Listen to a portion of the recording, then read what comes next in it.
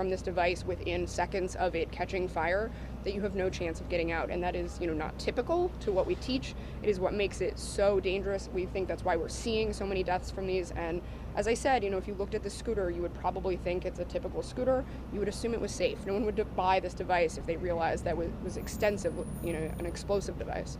So we're really need to see the online retailers. They can do something about this tomorrow. They don't have to wait for legislation. They don't have to wait for us to enforce. Is everybody okay? If people have a scooter right now, what are you telling them to do? Throw it away? I just feel like doing the math is so hard. Yeah, the tips that we give are obviously, not to plug it in when you're sleeping, keep it out of the way of any exit to your building. But I would honestly say if I had one of these in my homes, given how little we know about what the online retailers are doing to make sure these are safe, I would throw it away. I'd put it outside. I will remind people, please don't just put it in the trash. That is dangerous to sanitation as well. They explode. There are safe ways to dispose of them, but really I would say in whatever way possible, you don't want this in your home. You just don't. Okay. Last question. Can you remind New Yorkers of what kind of certification that they're looking for when they're purchasing? Yeah, so they're looking for a sticker called UL. That's the national laboratory here that certifies devices. The legislation that we've called for across both city and federal partners would require that UL certification, but I can't emphasize enough, these have been for sale and are still for sale online right now.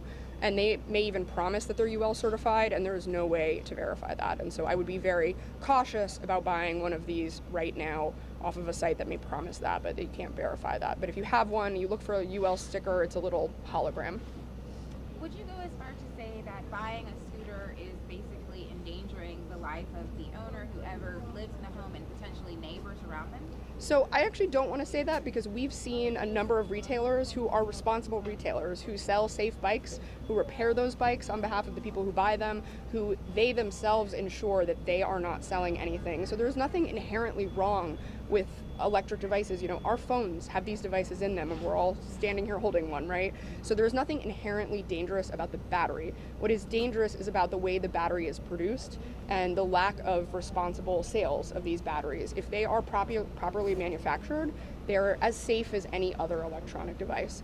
Right now, given how little oversight there is by the online industry, I would say those are not safe at this moment, but you can find safe bike manufacturers all over the city.